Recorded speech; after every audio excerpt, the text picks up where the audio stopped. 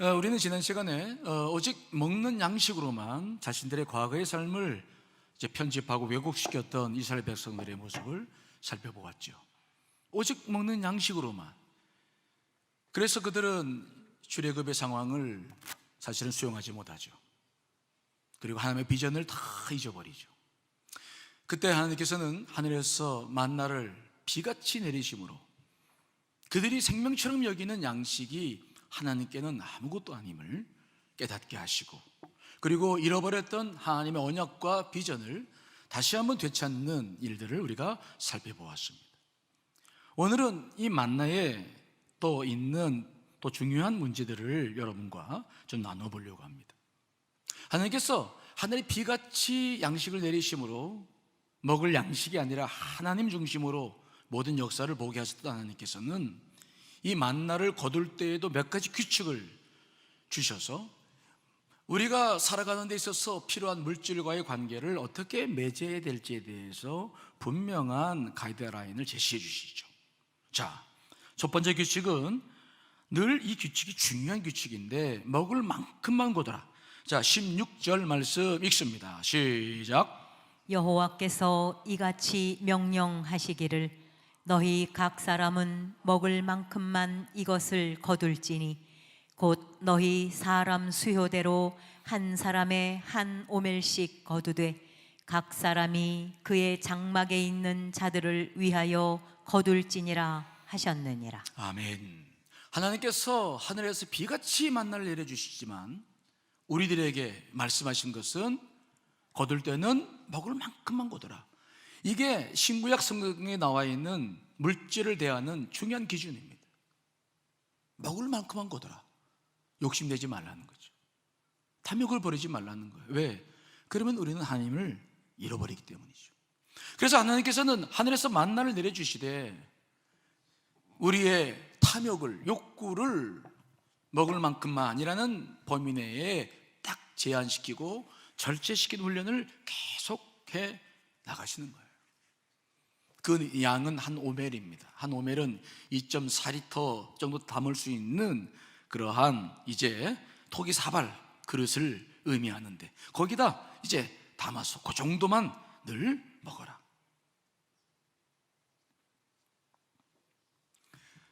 그런데 하나님께서 그 규칙을 말씀하셨지만 사람들은 또 욕심이니까 많이 거두기도 하고 또 어떤 분들은 자기 먹을 양은 잘 몰라서 적게 거두기도 하죠. 하지만 하나님은 어떻게 거두든 자신의 그 원칙을 그대로 이루어 주셨죠. 17절 18절 읽어봅니다. 시작. 이스라엘 자손이 그같이 하였더니 그 거둔 것이 많기도 하고 적기도 하나 오멜로 되어 본즉 많이 거둔 자도 남음이 없고 적게 거둔 자도 부족함이 없이 각 사람은 먹을 만큼만 거두었더라. 많이 거두기도 하고 적게 거두기도 했는데 결국은 먹을 양만큼만 다 거두게 되는 놀라운 신비한 은혜가 이 속에도 들어있었죠. 하나님께서 우리의 욕구를 절제시키시기 위해서 아무리 많이 거둬도 결국은 내가 먹을 만큼만 있게 하신 것입니다. 이해되십니까? 적게 거둔다고 생각했는데 보니까 충분해요. 먹을 만큼만 거둬라. 이것은 우리가 물질과의 관계를 맺을 때 생각해야 하는 중요한 원칙이에요. 이 원칙은 신구약 계속됩니다. 예수님께서도 일용할 양식을 말씀하시죠. 또 우리가 출애굽기에 보면은 여호수아가 가나안 땅을 정령할 때도 이제 5개 지파에게 이제 요단 땅 동편과 가나안 중심부를 나누어 주고 7지파 남아 있었어요. 그들에게 이제 나머지 정복할 땅을 가서 그려오라, 그림을 그려오라, 지적들을 그려오라 라고 말씀하셨을 때에도 하나의 기준을 제시하셨는데 무슨 기준입니까? 여호수아 18장 4절에 보면 그 땅에 두루 다니며 그들의 기업에 따라 그 땅을 그려라. 욕심껏 그리라고 하지 않으셨어요. 그들의 기업, 이 기업이란 말, 그들의 기업이란 말 속에 레페라는 단어가 들어있는데 페라는 단어는 먹을 양식을 말해요. 입을 말해요. 즉, 너희 지파 사람들이 먹을 만큼만 모든 경작할 것과 목축할 것들을 생각해서 땅을 잡아라. 하나님의 관리의 기준은 언제든지 우리가 먹을 만큼이에요. 이해되시나요? 그게 늘 기준이야. 이것은 하나님께서 책임져 주시는 것이었죠. 그래서 출애굽을 한 이스라엘 백성들에게도 처음서부터 아예 정확하게 제시하십니다. 너 먹을 만큼만 매일매일 거둬라. 두 번째, 아침까지 남겨두지 말라. 자, 19절 21절 읽어보겠습니다. 시작. 모세가 그들에게 이르기를 아무든지 아침까지 그것을 남겨두지 말라 하였으나 그들이 모세에게 순종하지 아니하고 더러는 아침까지 두었더니 벌레가 생기고 냄새가 난지라. 모세가 그들에게 노하니라. 무리가 아침마다 각 사람은 먹을 만큼만 거두었고 햇볕이 뜨겁게 쬐면 그것이 쓰러졌더라. 아멘. 아침까지 남기지 말라. 저장하지 말라는 거죠. 내일 일을 염려하지 말라는 거예요. 왜요? 매일 만나를 주시겠다는 거예요. 매일 만나를 주신다. 일용할 양식은 내가 책임지겠다. 그러니 너희가 스스로 저장하고 저축해서 그 물질의 힘으로 살려고 하지 말아라. 염려하지 말아라. 근데 어떤 사람들은 그 사실을 믿지 못하고 오늘 거둔 것을 내일 아침까지 남겨뒀더니 뭐라고요? 벌레가 생기고 냄새가 나서 먹지 못했다. 오늘 이 말씀 속에 담긴 내용은 무엇입니까? 내일, 미래, 이것은 하나님께서 책임져 주실 문제다. 특별히 의식주에 관련된 염려는 전적으로 하나님께 맡기라는 거예요. 우리는 이 일을 하지 못함으로 탐욕이 생겨요. 더 준비해야 되니까. 내일 무슨 날이 생길지 모르잖아요. 그래서 우리는 늘 탐욕에 빠져서 하나님에 대한 믿음으로 살지 못하고 탐욕에 빠져 살아가는 일들을 계속 살고 있는데, 오늘 하나님께서는 정확하게 그들에게 말합니다. 남겨두지 말아라. 사실 이스라엘 백성들은 애굽에서 살았을 때 노예로 살았으면서 얼마나 위급한 상황 속에 살았겠습니까? 오늘 양식이 있다가도 내일 또 어떤 일이 벌일지 모르는 상황이죠. 그래서 늘 그들은 양식을 받으면 다 먹지 않고 늘 저장하고 저축하면서 자기 힘으로 내일을 준비한다 생각했을 거예요. 애굽에서의 생활이었죠. 하지만 하나님께서는 그들을 출애굽시킨 다음에 분명하게 말씀하시는 겁니다. 이제는 그러지 말아라. 너희들은 내 백성이다. 내가 책임지겠다. 물질에 관한 한 내가 책임지겠다. 내일 일도 내가 책임지겠다. 매일같이 만나를 주시는 이유가 거기에 있는 거예요. 그 훈련을 40년 시키는 겁니다. 여러분, 우리도 이 기준에 귀를 기울여야 될 줄 믿습니다.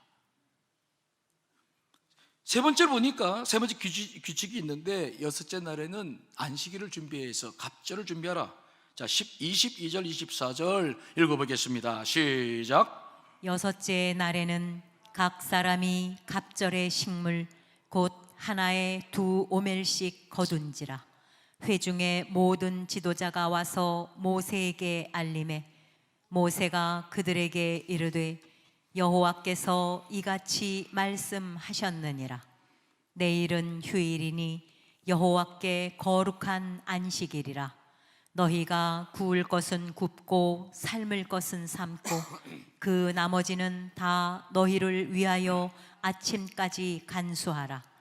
그들이 모세의 명령대로 아침까지 간수하였으나 냄새도 나지 아니하고 벌레도 생기지 아니한지라. 아멘.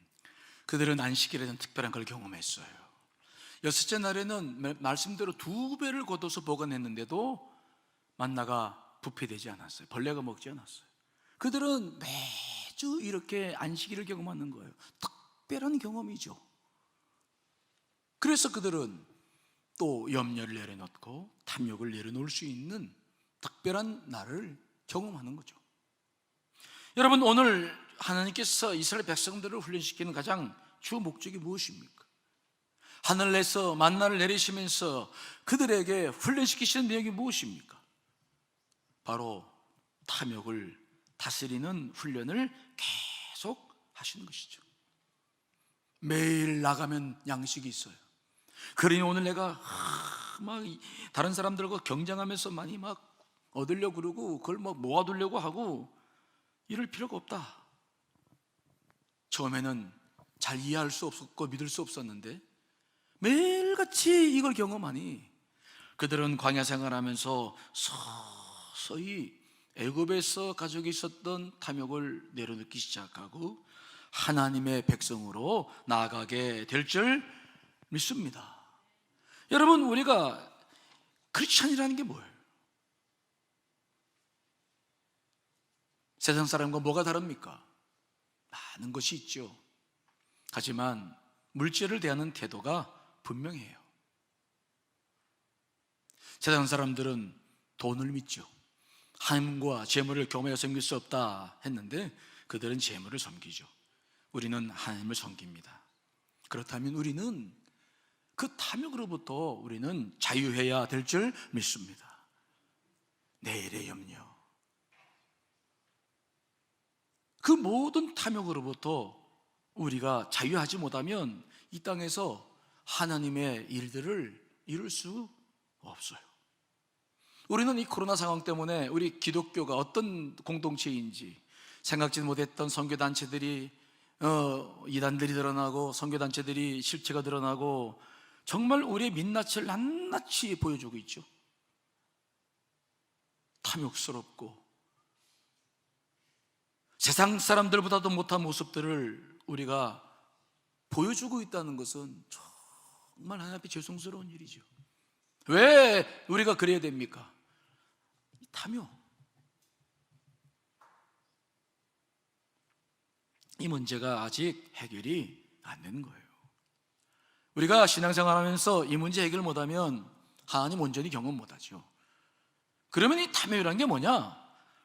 탐욕이라고 하는 거 에리 프룸이 정확하게 지적을 했는데 그는 탐욕의 특징을 뭐라고 말하냐면은 만족할 줄 모르는 태도예요. 만족을 몰라. 만족을 몰라. 왜 이럴까요? 여러분, 이 탐욕이라고 하는 것은 영적인 감정이에요. 우리가 하나님을 잃어버렸기 때문에 생긴 것이 탐욕입니다. 하나님, 에덴 동산에서 우리가 쫓겨나면서 하나님과 거리가 분리가 되면서 그 공간을 채우려고 그때부터 우리는 많은 소유물들을 찾기 시작했는데, 그러나 그게 소유물들로 채워지는 겁니까? 채워도 끝없는 것들, 만족할 수 없는 태도, 이건 영적인 것인데 사람들은 그 사실을 모르고 계속 물질로 채우려고 하니 이게 채워지지 않는 거예요. 이스라엘 백성들을 보십시오. 왜 그들이 끊임없이 그렇게 불평을 합니까? 하나님께서 그 수없이 많은 기적을 베풀어 주셨는데 홍해를 건너고 마라에서 쓴물로 단물이 변하는 기적을 보고 정말 하늘에서 비같이 내리는 만나를 경험하는데 왜 그들이 계속 불평합니까? 왜 이렇게 만족을 못합니까? 아직 하나님으로 채워지지 않은 거예요.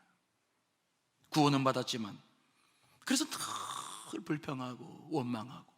그래서 이 탐욕의 다른 이름이 하나가 있는데 이것은 걱정이에요. 끝없이 걱정하는 거. 우리는 이 불안한 시대에 살기 때문에 절대적으로 안전한 것에 대한 집착이 있어요. 인간은 온갖 위험에 맞서서 안전장치를 확보하려고 노력을 합니다. 도난이나 수해나 가택 침입이나 화재에 대비해서 보험을 들고 자기 생명을 보장받기 위해서 여러 가지 노력들을 다 합니다. 쉽게 말하면 모든 위험을 자기가 통제하려고 그래요. 모든 안전을 자기가 책임지려고 그래요. 모든 것들에 대해서 그래서 간섭하려고 하는 마음이 있어요. 그래서 그것이 안 되니까 자꾸 뭐가 일어나냐면 걱정을 해요. 이것도 안 되고 저것도 안 되고 자꾸 걱정을 하는 거죠. 이스라엘 백성들이 홍해바다를 앞에서는 막, 이거 어떻게 홍해바다를 건너냐고 기적으로 건너줬어. 그랬더니 또 마라에 가서는 또 물 먹을 것도, 아니 그것도 누가 책임져 주실 겁니까? 하나님. 그런데 자기들은 모르는 거야. 이게 통제가 돼야 되는데 내가 통제를 해야 내가 안심할 수 있는데 이거 왜 그런 일입니까? 탐욕 때문에 그래요. 계속 통제하려고 그러고 계속 간섭하려고 그러고 계속 움켜쥐려고 그러고 끝없는 걱정은 탐욕이에요. 그 뿌리가 탐욕이에요. 그 다음에 세 번째 탐욕이라고 하는 것은 인색함이에요. 인색한 것은 탐하는 것과 동전의 양면이라고 그래요. 물론 인색이라고 하는 것 속에는 전략한다는 말이 들어있지만 과도한 전략이죠. 인색함과 검소함을 사람들이 오해하는데, 검소함은 뭐냐? 내 분수에 맞게 사는 거예요. 내가 누군지를 알고 맞춰 사는 게 검소함인데, 인색함은 뭐냐? 이것은 왜 탐욕이냐? 자기가 목표한 것을 이루기 위해서 현재 모든 것을 안 즐기는 거예요. 현재 모든 것을 투자하지 않는 거예요. 이웃이든 자기 자신이든 투자하지 않는 걸, 이건 인색함이지, 이건 검소함이 아니에요. 이해되십니까? 그래서 큰 것을 얻기 위한 수단이지 검소함이 아니에요. 그래서 검소함과 인색함은 달라요. 인색한 사람들이 있어요. 이거는 굉장히 중요합니다. 이거는 사실은 플라톤도 그런 얘기를 했습니다만은, 이 인색함은 차라리 낭비벽을 고치는 것보다 더 어렵다. 왜 낭비합니까? 탐욕 때문이거든요. 그래서 카드 가지고 막 긁어대는데 채워지지 않아요. 그거 고치기 어려워요. 그러나 인색함도 만만치 않다는 거예요.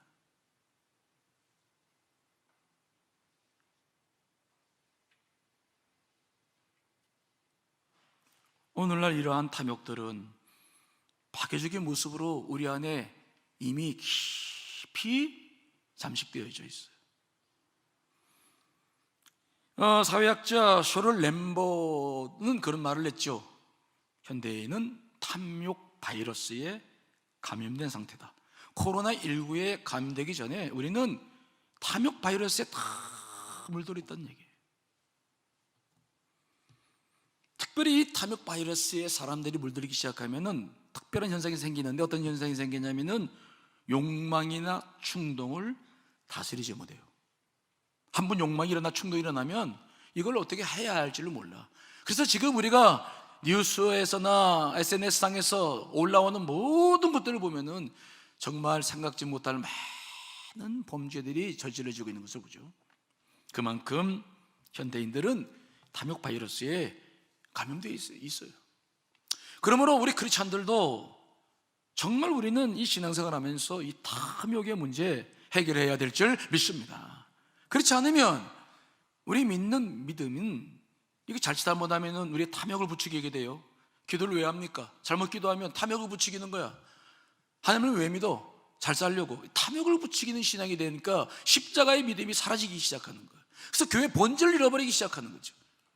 그래서 교회들이 교세를 자랑하고 교회 건물을 자랑하기 시작하죠. 한국 교회가 왜 망가지고 있습니까? 아직 이 문제 해결을 못했기 때문에. 왜 우리 크리스찬들이 사람들에게 본이 되지 못합니까? 초대교회 교인들은 그렇게 살지 않았잖아요. 왜 우리는 그렇게 못 삽니까? 탐욕의 문제 해결을 못하는 거예요.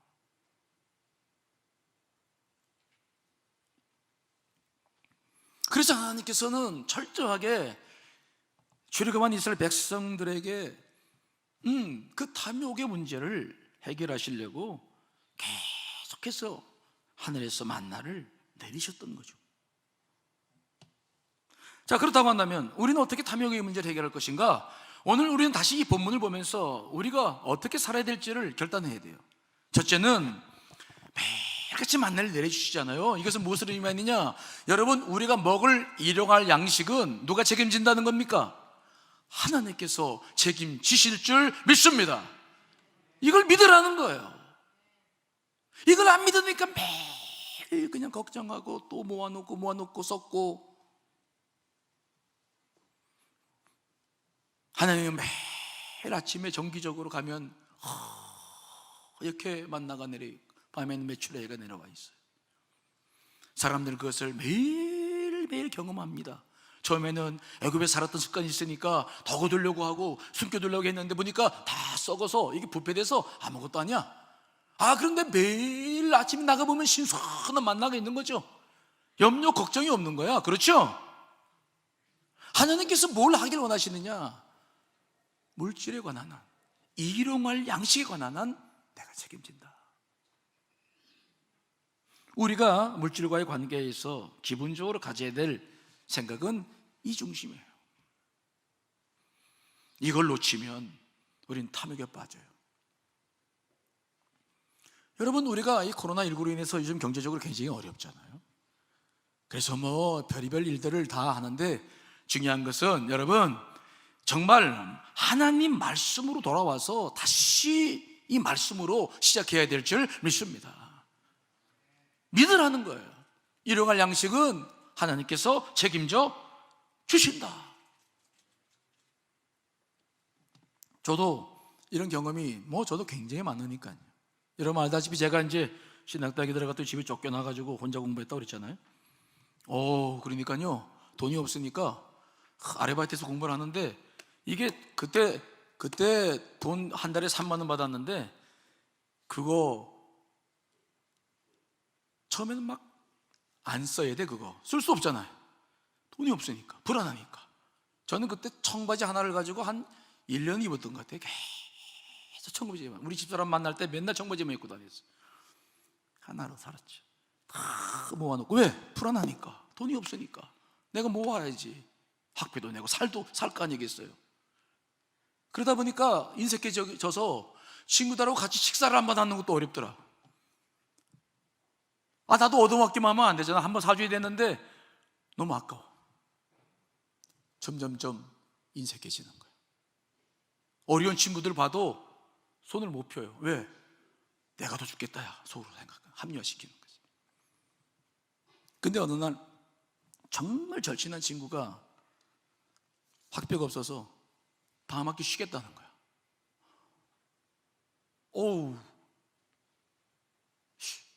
속으로 생각했죠. 이거 큰일 났다. 어떻게 해야 될까? 근데 나는 뭘 가지고 있어요? 조금 모아놓은 돈이 있잖아. 그래서 하나님 앞에 기도를 했어요. 기도를 하지 말아야 되는데 기도를 했어. 하나님은 그런 기도는 금방 응답하시거든. 주여 어떻게 할까요? 그랬더니 손을 펴라. 금방 응답하셔. 여러분.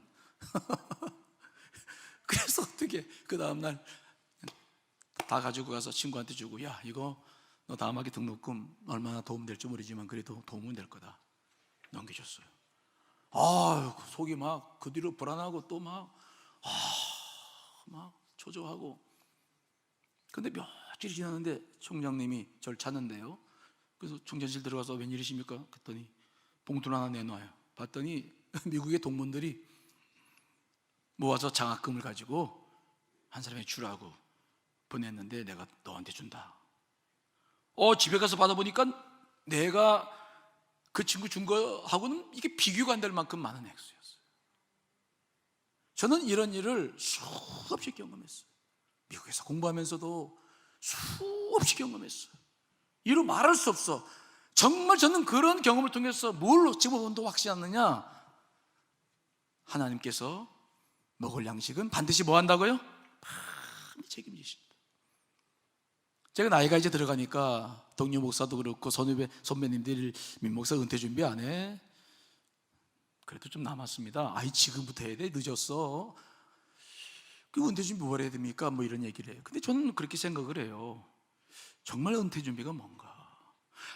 내 지금까지 나를 책임져 주셨는데 내 나이 들어서 노년의 생활도 함께 책임져 주시지 않겠어요? 그렇죠? 돈이 나를 책임질 겁니까? 하나님이 나를 책임질 겁니까? 여러분 어떻게 생각하세요? 돈만 모아놓으면 여러분들이 노후 생활이 다 보장되는 거예요? 그냥 저 시골에서 전원주택 짓고 살면 노후가 보장되는 거예요? 돈이 아니라 저는 하나님께 맡기고 싶어요. 내 인생을. 돈이 아니야. 하나님, 그분 안에 살고 싶은 거예요. 그분. 그런데 우리가 이 일용할 양식이라는 범위를 벗어나기 시작하면 우리는 탐욕이 생기고, 그걸 저축하고 그걸 믿고 살다 보면 하나님과의 관계가 늘 문제가 생기는 거죠. 문제가 생기는 거예요. 이게 이 기준점이 굉장히 중요한 거예요. 하나님께서 염려하시는 것은 이겁니다. 자, 여러분 잠언 30장 8절 9절 읽어보겠습니다. 시작. 곧 헛된 것과 거짓말을 내게서 멀리 하옵시며 나를 가난하게도 마옵시고 부하게도 마옵시고 오직 필요한 양식으로 나를 먹이시옵소서. 혹 내가 배불러서 하나님을 모른다. 여호와가 누구냐 할까 하오며 혹 내가 가난하여 도둑질하고 내 하나님의 이름을 욕되게 할까 두려워함이니이다. 아멘. 잠언을 기록한 아굴, 잠언의 기자는 말합니다. 내가 배부르면 누굴 부인할까 연모된다고요? 하나님. 여러분 이거 동의하세요? 여러분도 돈 많으면 하나님 없이 살 가능성이 있다고 생각해요? 에휴, 그렇지 않습니다. 절대 그렇지 않습니다 라고 하고 싶죠? 근데 제가 목회 보니까 정말 저는 그런 분 못 봤어요. 또 가난하면, 너무 가난하면 도둑질 할까봐, 하나님의 영광 가려울까봐, 그래서 늘 아굴은 뭐 어떻게 기도합니까? 나를 가난하게도 마옵시고 부하게도 마옵소서. 오직 필요한 양식으로 나를 먹이소서.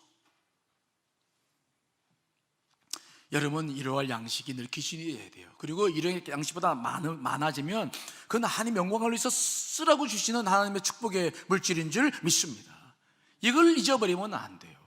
이걸 잃어버리면 안 돼. 근데 보통 사람들은 일용할 양식 후에 부어지는 모든 것들을 가지고 전부 자기 탐욕을 위해서 또 그 물질을 써. 좋은 차를 타고 좋은 집을 사고 자기 탐욕을 위해서 그 잉여 자금을 다 쓰고 나니 이 물질 축복이 아니라 영적인 독이 되는 거예요.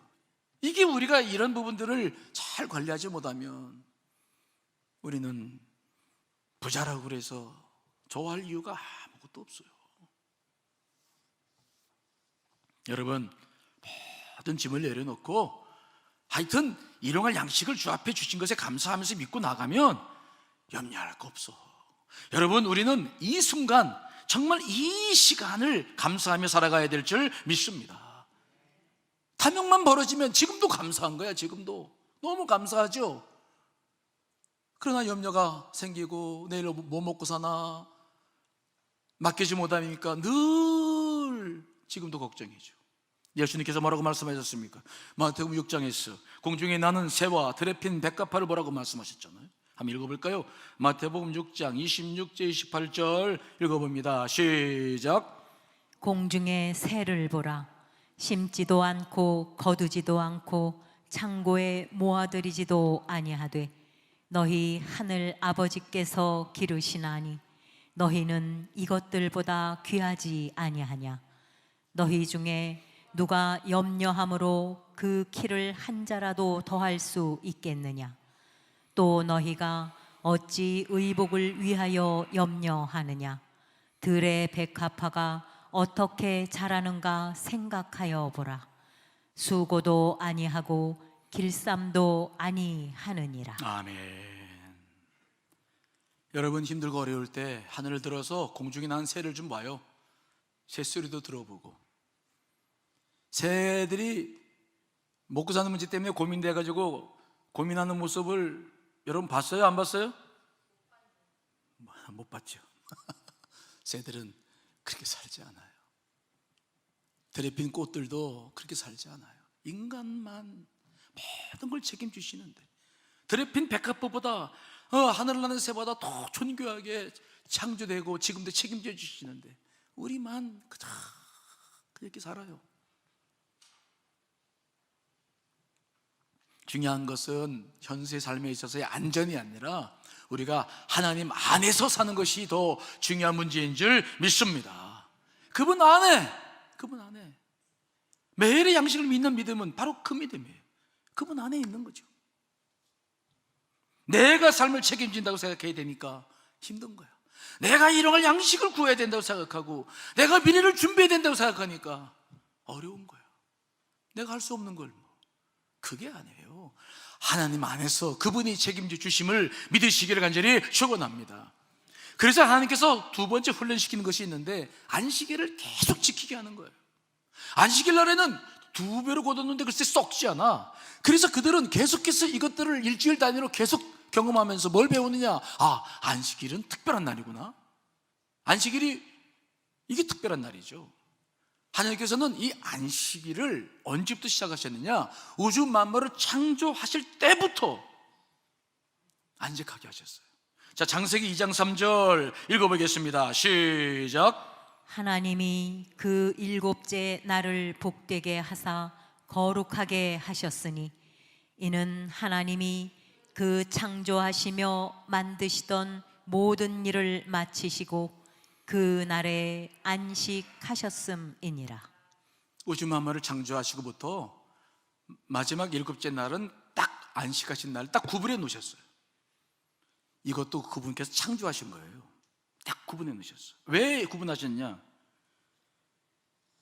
최근에 인류학자들의 연구에 의하면 6대1 구조, 그러니까 6일이라고 하루 쉬는 이 구조가 모든 피조물들과 땅과 식물과 인간 모두에게 가장 유익하고 편안하고 안전한 구조라는 거예요. 6대1 구조, 이해되시나요? 사람들은 일할 때 성장하고 뭔가 준비하는 거 한다고 그러는데 사실 따지고 보면은 식물들도 다 밤에 자라. 쉴 때 자라고 쉴 때 변화되고 쉴 때 사람들이 성장한다는 거예요. 그래서 6대1 구조, 기가 막히게 하나님께서 이렇게 창조를 하신 것에 대한 이야기들을 하고 있어요. 6대1 구조. 하나님은 창조할 때부터 하루 쉬라는 거죠. 왜 쉽니까? 그냥 일하다가 그냥 노는 게 쉬는 거예요? 아니에요. 그 하루는 하나님 안에서 다시 세상을 향하던 우리의 마음들이 다시 하나님 안에서 안식을 누리고 영적인 쉼을 얻고 은혜를 누리며 충정되며 그분 안에서 삶을 다시 바라보고 그분 안에서 예배하며 그분과 함께 살기 위한 준비가 바로 안식일인 줄 분명히 믿습니다. 그래서 하나님께서는 그 안식일을 아예, 사실 이 출애굽의 역사 이 16장은 아직 시내산 이후에 아직 안식일법 율법이 정식으로 문서화되지 않은 상황이죠. 그때부터 하나님은 철저히 그렇게 살게 하면서 우리로 하여금 탐욕을 내려놓고 다시 하나님 안에서 인생을 보며 살아갈 수 있는 기회를 주시고 진정한 쉼을 누릴 수 있는 은혜를 허락해 주신 줄 믿습니다. 특별히 아까 읽은 창세기 2장 3절에 보니까 일곱째 날을 복되게 했다.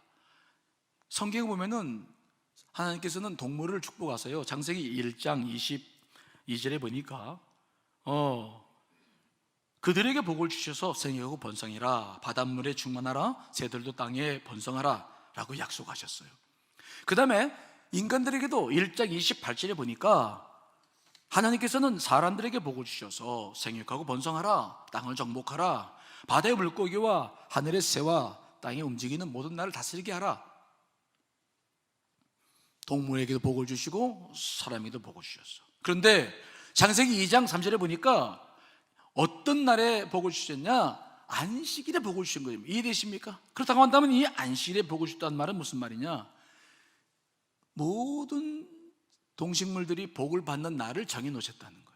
그냥 아무 때나 우리에게 복 주셨다고 복을 받는 것이 아니라 그 복을 받는 날이 정해졌는데 하나님의 권세 안에서 함께 예배를 드리고 안식을 지킬 때 그 모든 복을 받을 수 있도록 허락해 주신 줄 믿습니다. 그 날을 딱 정해 놓으셨다. 이건 복된 날이다. 우리가 복을 받을 수 있는 날이 바로 안식일이다. 정해 놓으신 거거든요. 그래서 우리가 이 날을 정확하게 지킴으로 하나님 안에서 우리가 복을 누리며 인생을 살 수 있도록 그분이 허락해 주신 줄 믿습니다. 철저하게 하나님은 만나를 통해서 우리로 하여금 어떻게 살아야 되는지, 어떻게 살아야 우리가 하나님을 온전히 살 수 있는지 그 길을 딱 처음서부터 정해 놓으시는 거예요. 구약시대에는 안식일이 일곱째 날 중에 맨 나중이었지만 예수님께서 부활 승천하심으로써 이제 안식일은 주일이 되셨고 이 주일이 일곱째 날의 맨 첫날이 되었어요. 우리는 하나님께서 복된 날로 구별하여 놓으신 이 주일을 거룩히 지켜서 우리의 탐욕을 내려놓고 참된 쉼과 복을 누려야 될 줄 믿습니다. 아브람 허셀이라는 사람이 쓴 안식이라는 책에 보니까 좋은 글귀가 있어서 좀 읽어드릴까 합니다. 안식을 창조하는 것은 갈망에서 시작된다. 인상적이게도 아버지는 우리의 기대를 전환시키신다. 말하자면 우리가 안식을 갈망하는 것이 아니라 안식의 영이 우리를 갈망한다는 것이다. 우리는 안식의 배우자다. 우리는 매주 안식일을 성화시킴으로써 안식과 결혼한다. 그 결혼이 우리를 만든다. 그 맨 마지막 문장이 큰 의미가 있더라고요. 우리가 어떤 사람이 될 것인지는 안식일이 우리에게 어떤 날이 됐냐에 달려있다. 우리가 어떤 삶을 사느냐는 우리가 주일을 어떻게 지키느냐, 이 주일이 우리에게 어떤 날이 되느냐에 따라 달려있다 하는 것이죠. 하나님은 이 날을 통해서 우리가 탐욕을 내려놓고 하나님 안에서 쉬면서 정말 바른 인생을 살 수 있도록 우리를 인도해 가시고 계신 줄 믿습니다. 여러분, 만나, 지금도 하늘에서 내려오는 그 만나, 물질과의 관계를 잘 설정하고 주 안에서 늘 복을 누리시게 되시기를 간절히 축원합니다.